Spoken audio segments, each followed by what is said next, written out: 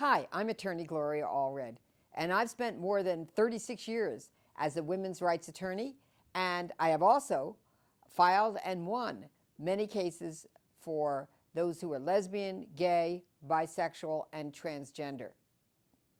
I represented Jenna Talikova after she was kicked out of the Miss Canada, Miss Universe pageant.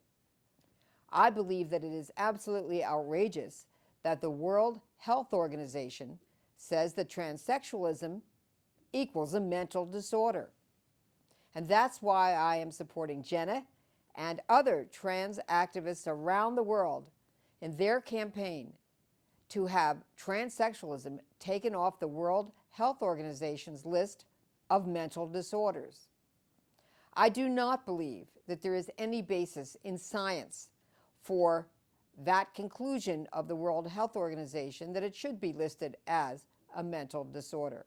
And such a conclusion will have a very strong impact on psychiatrists around the world who treat trans people. That conclusion also serves to increase the discrimination that those who are transsexual already suffer in their everyday life. It is long overdue for the World Health Organization to remove transsexualism as a mental disorder. And the time for them to do that is now.